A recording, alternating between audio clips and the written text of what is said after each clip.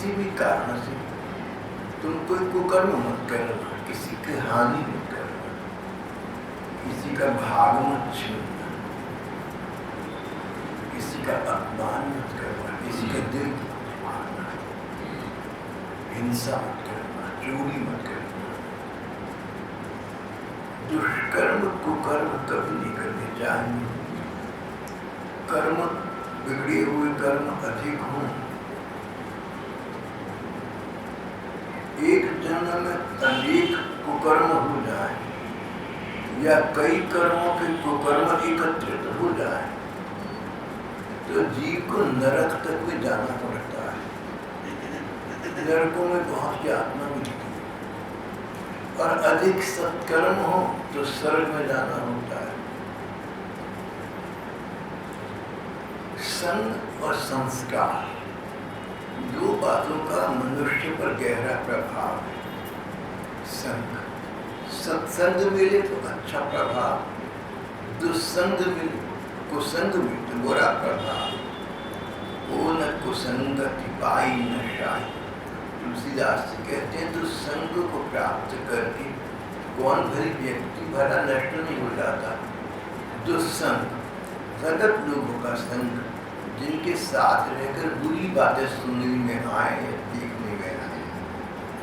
अगर बिरादरी में कोई ऐसी महिलाएं हो जो जब देखो अन्य रिश्तेदारों की बुराई भलाई कर रही है, उनके बीच में मत बैठना। जैसा है चल रहा है, तुम बुराई सुनो तो बुराई दिखेगी, बुराई का चिंतन करो। अच्छाई की बात हो फिर भी सुनी मिल जाए। तो संस्कार और सत्संग, संस्कार हमारे अनेक जन्म हो चुके, हमने उन जन्मों में अच्छे कर्म किए, बुरे कर्म किए, उनसे हमारे संस्कार बने, उनसे हमारा स्वभाव बना। उन संस्कारों का हमारे मन पर, हमारे अनजाने मन पर भी गहरा प्रभाव है। अच्छे संस्कारों का अच्छा प्रभाव होता है और कभी समय आने पर उभर आता है। अब जो हो चुका सो तो हो चुका, वर्तमान में सत्संग ही करना। वर्तमान में सत्संग करोगे आगे के लिए तुम्हारे सत्संग के कारण संस्कार भी अच्छे बनेंगे।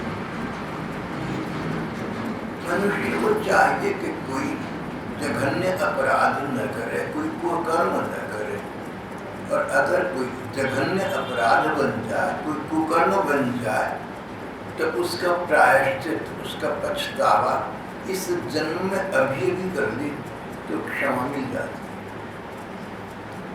यो सबसे बड़ा पश्चाताप तत्व ज्ञान है। ये बात के कुकर्म करो ही मत, मन में गलत काम करने की इच्छा ही उत्पन्न न हो। इसके उपाय दो हैं। एक तो ये है कि हम जो अपराध बन चुके अपनी उन भूलों को स्वीकार करें। अगर किसी व्यक्ति के प्रति अपराध बना तो उस व्यक्ति से क्षमा मांगे, और अगर व्यक्ति के प्रति अपराध नहीं बना, समाज के प्रति बना, अपने प्रति बना, तो अन्य प्रकार का को अनुष्ठान कर लेना चाहिए। भगवान का नाम लेना बहुत अच्छा पश्चाताप प्रायश्चित है। भगवान का नाम लेने से बड़े बड़े कुकर्म नष्ट हो जाते हैं। जैसे छोटी सी चिंगारी हो और रुई के पहाड़ में लग जाए तो छोटी सी चिंगारी पहाड़ को जला दीजिए, रुई के पहाड़ को जला दीजिए। इसी प्रकार भगवान का छोटा सा लिया गया नाम बड़े बड़े संस्कारों को, कुसंस्कारों को, कुकर्मों को नष्ट कर देता है। सत्संग उपलब्ध हो उसका लाभ उठाना, नहीं तो नाम जप का आश्रय तो हर व्यक्ति जहाँ भी है वहाँ ले सकता है। पूर्व काल की बात है, पुरानी बातें हो गई, पर लागू आज भी होती है आधुनिक युग के लिए। अजामिल नाम का एक बहुत बड़ा पुण्यात्मा था। अजामिल में सब गुण थे। शास्त्रों का ज्ञाता था, जाति का ब्राह्मण था, जन्म का ब्राह्मण था, गुणों से भी ब्राह्मण था। धर्म ग्रंथों का उसने विशद अध्ययन किया। शास्त्रों का पारंगत विद्वान था। उसके अपने जीवन में शालीनता थी, सदाचार था, सद्गुणों का तो वो खजाना ही था। विनय, जितेंद्रिय, सत्यनिष्ठ, मंत्रविद्ता, पवित्र, अतिथियों की और गुणों की सेवा करने वाला। अहंकार का तो इसमें लेश भी न था। सभी प्राणियों का हित चाहता था, सबका उपकार करता था, आवश्यकता के अनुसार बोलता था। न तो अधिक बोलता था और न मौन साधी रखता था, आवश्यकता हो तो बोलता था। मितभाषी था। सभी भाई बहनों को मितभाषी होना चाहिए। जितना आवश्यक हो उतना अवश्य बोलो और उसके अतिरिक्त अपना समय बोलने में न लगाओ। मितभाषी का बहुत बड़ा गुण है। किसी के गुणों में दोष नहीं ढूंढता था। ये जो हमारा स्वभाव है ना, किसी के गुणों की चर्चा चल रही है, हमने कहा नहीं मगर हमने उसमें एक फलानी खराब बात है। किसी के गुण की चर्चा चल रही हो तो गुण की चर्चा श्रवण करना, गुण कहीं का ध्यान करना, वहाँ दूसरे के निंदाएं, दूसरे के दोष बताने न लगना। एक बार गांधी जी की चर्चा चल रही थी। सब लोग गांधी जी की प्रशंसा कर रहे थे। एक सज्जन गांधी जी से कुछ चिढ़े रहते थे। बोले भाई देखो, मैं तो ये जानता हूँ कि चाहे कितनी लाख प्रशंसा करो लेकिन गांधी जी में एक बात तो है। आगे वो कुछ बोलते तो भाई जी वहाँ बैठे हुए थे, संत हनुमान प्रसाद पोद्दार। उन्होंने उसकी बात को बीच में काट कर कहा, इनका गांधी के प्रति बहुत प्रेम है, डर है इनको अधिक प्रशंसा हो, गांधी जी को नजर लग जाए, एक ठिठौना लगाना चाहते हैं, जैसे बच्चों के काला से टीका लगा दे। मेरे तो किसी ने काला टीका नहीं लगाया क्योंकि वो मेरे रंग में भी जाता है। लेकिन गांधी जी के भाई जी ने कहा कि देखो ठिठौना लगाना चाहती हूँ, तो बात वहाँ मुस्कुराहट में, हंसी में समाप्त हुई। अपना प्रयत्न यही होना चाहिए। कहीं कोई व्यक्ति ऐसी बात करता हो कि स्थिति गंभीर होने की आशंका हो तो उसको सबका सम्मान रखते हुए दो सके का हाथ परिहास में हंसी मजाक कर समाप्त कर दिया।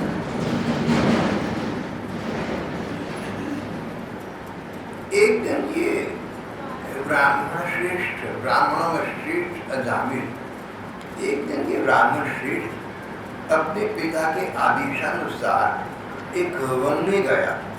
वहाँ से फल, फूल, समिधा, पुष्प, यज्ञ में हवन में लकड़ी जलाई जाती है, उसे शायद समिधा कहते हैं, इस प्रकार की वस्तु लेने के लिए गया। लौटते समय इसने एक दृश्य देखा जिसको सोचा था न देखूं तो अच्छा है, बुरा दृश्य है ये, लेकिन अपनी आंखों को रोक न सका, खड़ा हो गया, एक पेड़ के पीछे से देखने लगा। एक कोई दुष्ट व्यक्ति नीच स्वभाव का था, उसने बहुत शराब पी हुई थी, और कोई नगरवधु, कोई गणिका उसके पास थी। दोनों लिपटे हुए थे, स्वच्छंद व्यवहार कर रहे थे, निर्लज्ज होकर व्यवहार कर रहे थे। ये उनको खड़ा दिख रहा था। उनके शरीर पर कोई वस्त्र भी ना था, उनको किसी बात का होश भी ना था। इसने ये दृश्य देखा तो सोचा मुझे नहीं दिखना चाहिए। किसी का कोई निजी मामला है दोनों का, तो हम क्यों देखें, और दूसरे जैसा देखेंगे वैसा मन पर प्रभाव पड़ेगा। तो अजामिल नाम के इस ब्राह्मण श्रेष्ठ के मन ने इसको कहा कि भैया तू यहाँ मत खड़ा होकर देख, लेकिन मन है नहीं माना। मस्तिष्क ने रोका लेकिन मन नहीं माना, और पेड़ के पीछे खड़ा होकर उन दोनों शराबी कबाबियों को लगातार देखता रहा। यहाँ पर दुस्संग की बात बता रहे हैं। कितना अच्छा ब्राह्मण था, सर्वगुण संपन्न, शास्त्रज्ञ, वेदज्ञ, धर्मज्ञ, लेकिन कोई ऐसा दृश्य दिखा, अटपटा, अलग सा, अच्छा नहीं था, लेकिन मन नहीं माना, आंखें नहीं मानी, और पेड़ के पीछे खड़ा होकर उनको देखता रहा।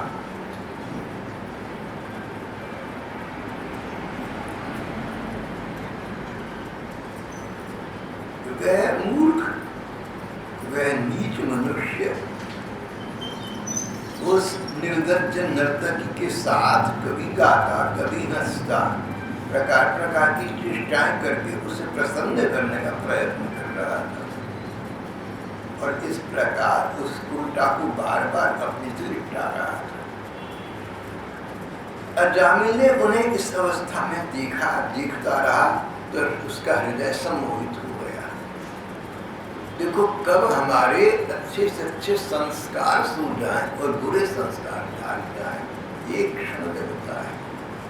दूसरी बात ये, कब हमारे अच्छे संस्कार जाग जाए और हमारा मन चेतन हो जाए, भगवान में लग जाए, इसका पता नहीं चलता। अजामिल ने ये दृश्य देखा, ये निर्लज्ज दृश्य देखा, तो उसके पुराने संस्कार ऐसे जागे, पूर्व जन्म के कोई कुसंस्कार जाग गए,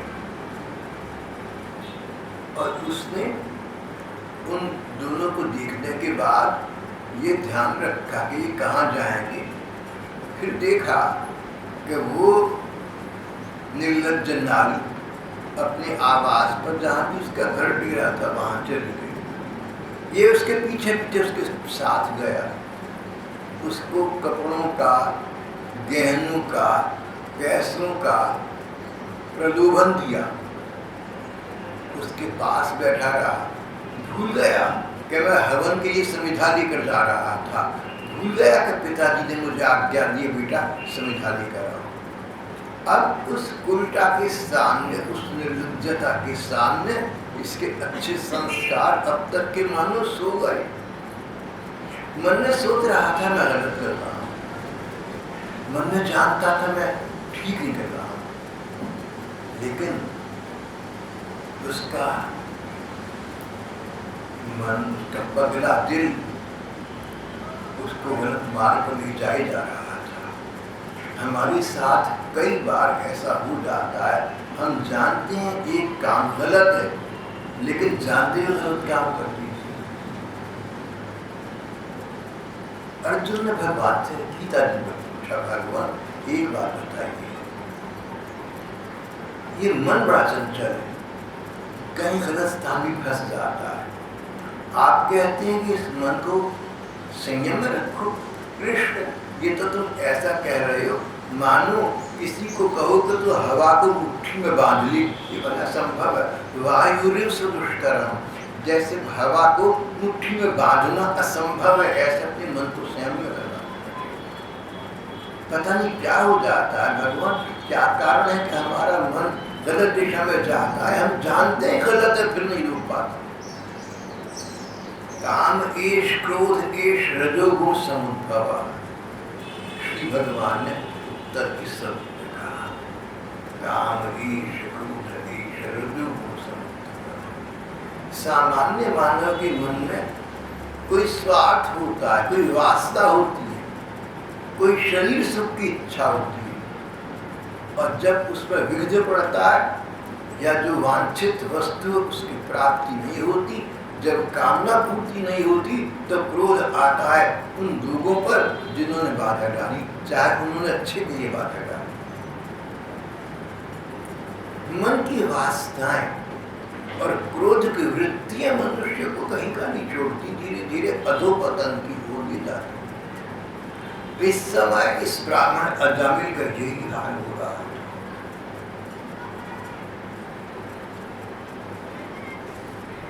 और बहुत शीघ्र ही इसने अपने माता पिता का ध्यान रखना बंद कर दिया, उनका सम्मान करता था, उनकी आज्ञा का पालन करता था, अपनी पत्नी का सम्मान करता था, उसके साथ स्नेह का व्यवहार करता था। अब इसको बूढ़े माता पिता भूलती गए, इसे अपनी अच्छी पत्नी भूलती गई, बस ये उस निर्लज्ज नारी में लगता गया। उसको प्रसन्न करने के लिए घर की चीजें बेच बेच उसको देने लगा। इसका घर था पूरा खाली हो गया, घर खोखला हो गया। बहुत पैसा था, बहुत पैसा था, सो तो उसको दे ही दिया, और उसके साथ घर में जो बहुमूल्य पदार्थ थे सो भी उसको अर्पण कर दिए। ऐसा उस निर्लज्ज महिला के ये नियंत्रण में आ गया। कभी कोई छोटी सी तुमसे भूल हो जाए ना, तो उसको वहीं समाप्त कर देना, नहीं तो वो भूल धीरे धीरे तुम्हारे जाने या अनजाने में बढ़ती जाएगी, और वो भूल एक दिन रेज़र फ्रैंकेनस्टीन भस्मासुर बनकर तुम्हें को नष्ट कर देगी। किसी छोटी सी कमी को, किसी छोटी सी भूल को भी आश्रय न देना। जैसे कहते दीवार में कोई छोटा सा क्रैक आ जाए, रेखा आ जाए, तो दीवार को कब गिरा देगी कुछ पता नहीं। इस प्रकार अपने मन में किसी प्रकार का कोई विचार भी मत आने देना। करना तो दूर रहा, बोलना तो दूर रहा, मन को भी अपने सुंदर विचारों से प्रफुल्लित रखना। अपने मन में भी कोई विचार मत लाना, किसी का निंदा परक विचार मत लाना, किसी के विषय में हिंसा परक मत सोचना। अपने मन को मनमोहन का मंदिर है सो बना रहने दो। अपने मन को रद्दी चोकरी न बनाओ, अपने मन को WPB न बनाओ, अपने मन को डस्टबिन न बनाना। अपनी इच्छा की बात है। मैं छोटा था, एक बार वृंदावन गया, पुरानी बात 1960। एक संत बहन विराज रही, उनके दर्शन करने गया। बोली भैया देख, तेरे दोनों हाथों में, एक हाथ में हीरा मणि है, दूसरे हाथ में पत्थर है, जिसको चाहे तो अपने पास रख ली। समझ में कुछ आया नहीं, मैं वापिस आया, माँ से पूछा, माँ बोली वो ठीक कह रही है, एक हाथ में पत्थर है, एक हाथ में मणि है, जिसको चाहो रख लो। एक भगवान का नाम है उसमें लगो, दूसरी तरफ दुनियादारी है, संसार का अपना पराया, तेरा मेरा, ये सब चीजें। अपने मन में एक वस्तु को स्थान दे दो, एक वस्तु की प्रधानता, फिर उसके संबंध के साथ नाती बनाओ। मन के प्रधानता दे दो, हम तो ठाकुर तुम्हारे हैं। अब ठाकुर के नाते सबके साथ संबंध रखना, ठाकुर जी के नाते सबके साथ व्यवहार करना, ठाकुर जी के नाते सबके विषय में विचार करना। अब तुम्हारा हृदय तुम्हारे ठाकुर का मंदिर बन जाए, इस प्रकार का अपने को, अपने मन को निर्मित कर देना। कई लोग संसार में मिलते हैं, अच्छे बुरे सब प्रकार के लोग हैं। कई लोग जानबूझकर गलत समझते हैं, कई लोग सचमुच गलत समझते हैं। ऐसे लोग केवल तुम्हें मिलते हो, ऐसा नहीं सभी को मिलते हैं। मेरा तो किसी से कोई लेना देना नहीं है, कोई दुनियादारी नहीं है, लेकिन थोड़ी बहुत मुझे भी मिल जाते हैं ऐसे, कभी कभी कहीं कहीं। कहने का भाव ये नहीं है कि मेरे साथ ऐसी बहुत बुरी बीत रही है, भाव ये इस प्रकार के लोग संसार में हैं। संसार अच्छे बुरे दोनों प्रकार के लोगों के संयोग से बना है, ऐसा तो हो ही नहीं सकता। सदियों में भी ऐसा समय कभी नहीं था जब दोनों प्रकार के लोग ना हो। तो अब तो गुरु कलयुग है भैया, इस पर तो होगा ही होगा। हमने अपने को बचा कर रखना है। राजकुमार था, छोटी उम्र का बच्चा था, बोला माँ मैं सड़क पर चलता हूँ ना, कांटे कांटे चुभते हैं, पत्थर चुभते हैं। हम अपनी इस राजनगरी में, अपनी इस रियासत में सब सड़कों पर कालीन बिछवा दी थी। राजकुमार था, बोला पूरी नगरी में कालीन बिछा दो सड़कों पर। मानस पड़ी, बोली बेटा इलाज अपना करना होता है, दूसरों का नहीं, सड़कों का नहीं, अपने पाँव का करना है। तुम चप्पल जूती पाँव में पहनकर चलो तो तुम्हारी कोई ताकत नहीं चुभेगी। ठीक प्रकार की चप्पल, ठीक प्रकार की पदत्राण, ठीक प्रकार की पादुका पहनकर पाँव में जाओ। ये थोड़ा क्या सड़कों पर सारी शहर की सड़कों को काली बिछाकर पाट लेना है, ऐसा नहीं। तो अगर तुम्हारे पाँव में खटपटी है, अगर तुम्हारे पाँव में तुमने कोई पादुका धारण की हुई है, तो मार्ग के जो कांटे कंकड़ है उनके नीचे आ जाए तो पाँव को नहीं दुखाएंगे। इसी प्रकार अपने मन को देखना है, इसी प्रकार अपने मस्तिष्क को टटोलना है, इसी प्रकार अपने हृदय को देखना है। भाग्य आत्मनिरीक्षण करो, अपने को देखो, दूसरा को दोष ना दो, किसी का दोष नहीं है। जो है या तो पूर्व कर्मों का हमारा दोष है या इस जन्म का हमारा दोष है। मैं तो कहता हूँ जिस घर में तुम रहते हो ना, घर वालों के साथ बना कर, घर में माता पिता हूँ, पति पत्नी हूँ, भाई बहन हो, बच्चे हो, एक दूसरे से बना के रखना। तुम दूसरा का दोष न निकाल, इस बेटी को देखो ये तो इतनी खराब बातें करती है, अजी इस बेटे को देखो कल का बेटा कितना बिगड़ा हुआ है। और मैं तो क्या कहूँ, इनकी जो बच्चों की जो बाचा जी, इनका तो जो पिताजी है वो भी मेरे साथ ठीक नहीं चलते, और चलेंगे कैसे? उनके माता पिता ने उनको शिक्षा मेरे खिलाफ हासिल कर दी। ये सारी बातें तुम मत करो। अगर वो सचमुच ऐसे हो तो भी प्यार और सेवा के द्वारा उनको जीतने का प्रयत्न करो।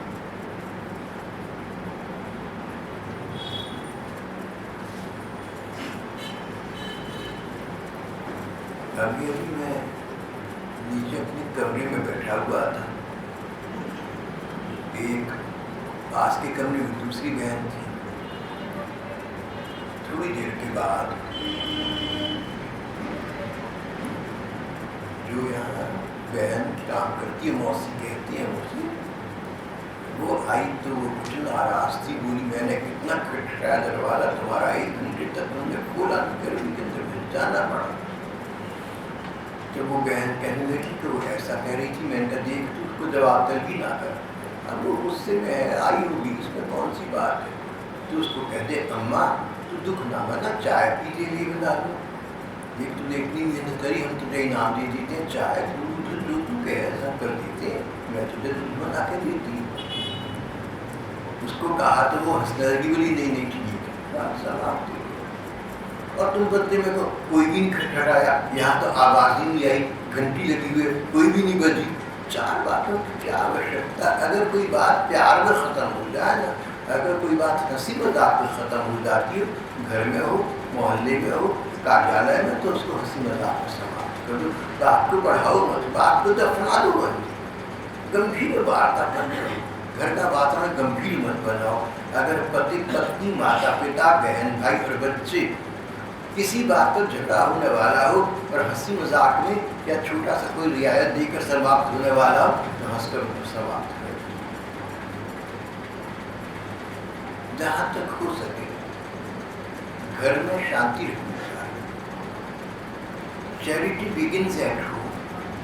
अच्छा काम पहले करना है ना, परोपकार करना है तो पहले अपने घर वालों से आनंद करो, घर वालों के साथ अच्छा बर्ताव करो, उनके हर वक्त तुम कसूर ना निकाले जाओ, दोष ना निकाले, तिक ना करो, औरों से मिलकर के उनकी कमी, उनकी बुराई की चर्चा न करो। जहाँ तक हो सके, मैं ये तो नहीं कह सकता कि हर घर में सदा ही संभव है, कहीं कहीं अपवाद भी है, पर जहाँ तक हो सके घर वालों से बनाकर रखो। घर में शांति रहेगी तो तुम्हारा मन शांत रहेगा, तुम्हारा मन शांत होगा तो तुम्हें नींद भी अच्छी आएगी, तुम्हारा खाना पीना भी बचेगा, और मन शांत हो तो सर्वोपरि बात भगवान का स्मरण भजन भी हो सकेगा। आत्महित में अपने भले में हमारे द्वारा भगवान का चिंतन हो सके, हम भगवान का स्मरण कर सकें, हमारा मन लगे अपने भले में, ये आवश्यक है कि आसपास वालों को छोटी मोटी बातों को दर्द कर दो, उनको टूलना, उनको महत्व करना।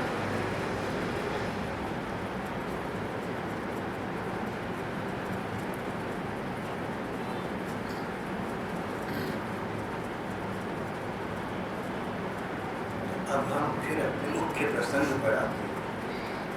अब अजामिल उस निर्लज्ज नर्तकी उस नारी के पास अधिक समय व्यतीत करता, अपनी पत्नी को तिरस्कार की दृष्टि से देखने लगा, माता पिता को अनादर की दृष्टि से देखने लगा, उसी के साथ रहता,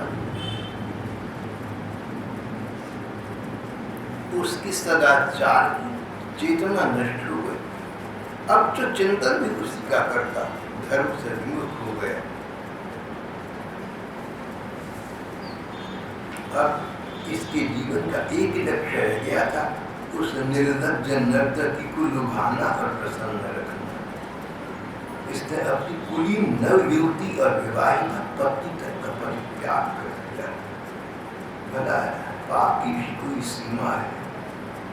अच्छी भली घर में बहू थी, प्यार से तक रह रहे थे, बेकार में उसका दिल दुखाया, उसका अपमान करा, किसी तीसरे व्यक्ति के कारण इतना कदाचार, इतना दुराचार, इतना पतन, इतनी गिरावट।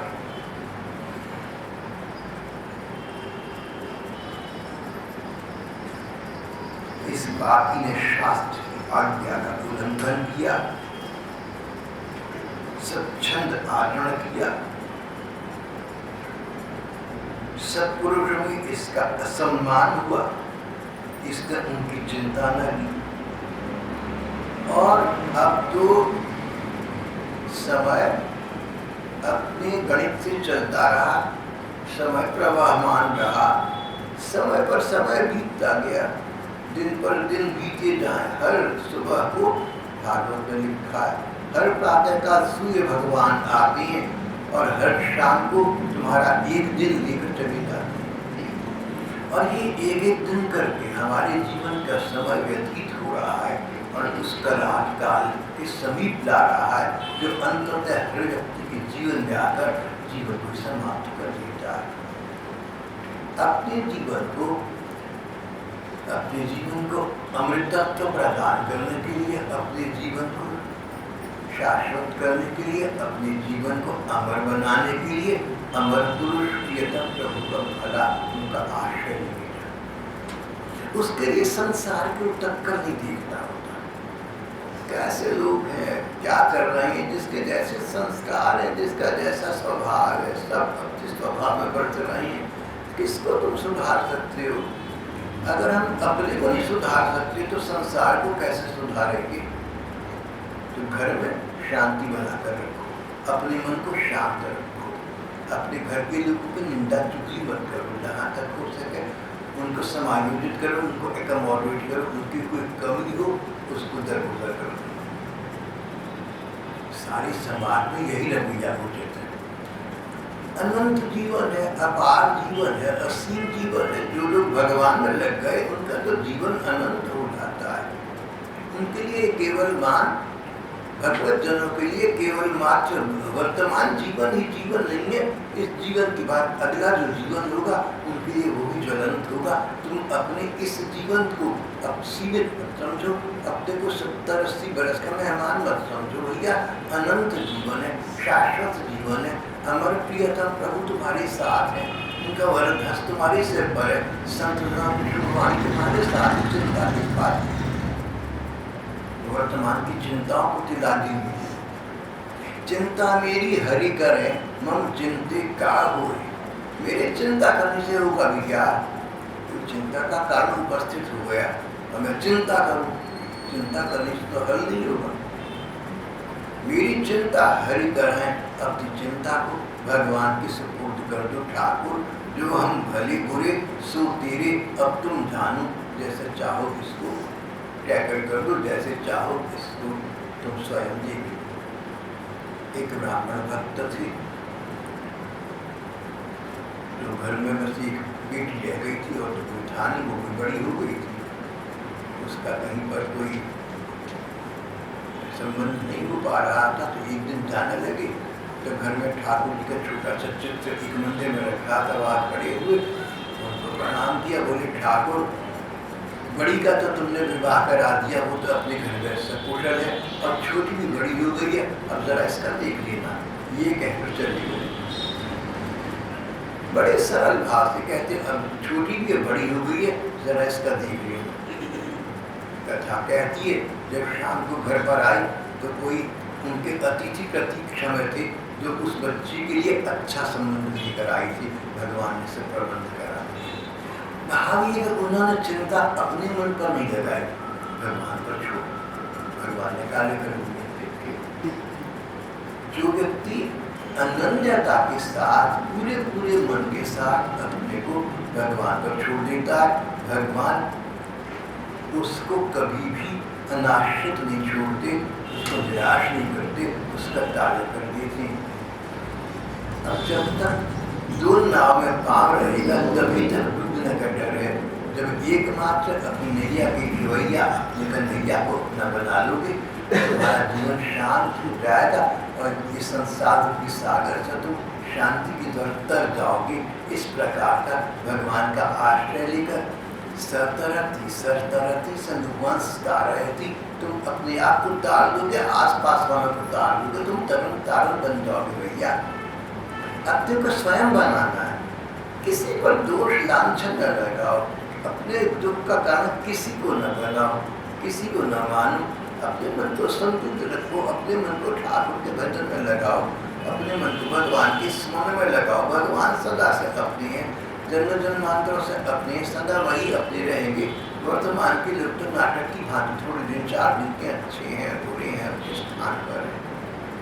जिनके साथ शाश्वत नाता है, जिनके साथ वास्तविक नाता है, उनके साथ समुद्र रखो। मैंने आपको एक बार एक उदाहरण दिया था, मैं पढ़ाता था तो अब यहाँ की एक बच्ची, एक लड़की थी, उसका मेरे साथ बहुत अनुराग का भाव था। जब मैं पढ़ाने के बाद क्लास को फ्री कर देता और घंटे भर के बाद अपनी कुर्सी को मुड़कर देखता तो वो कुर्सी के बैग पर अपना हाथ रख के खड़ी होती थी। अगाध अनुराग मेरे प्रति। फिर एक दिन अचानक कुछ मुझे बदली से देखी, भाई साहब कहीं जर्मन की क्लासेस लगती, मैं वहाँ जाना चाहती हूँ।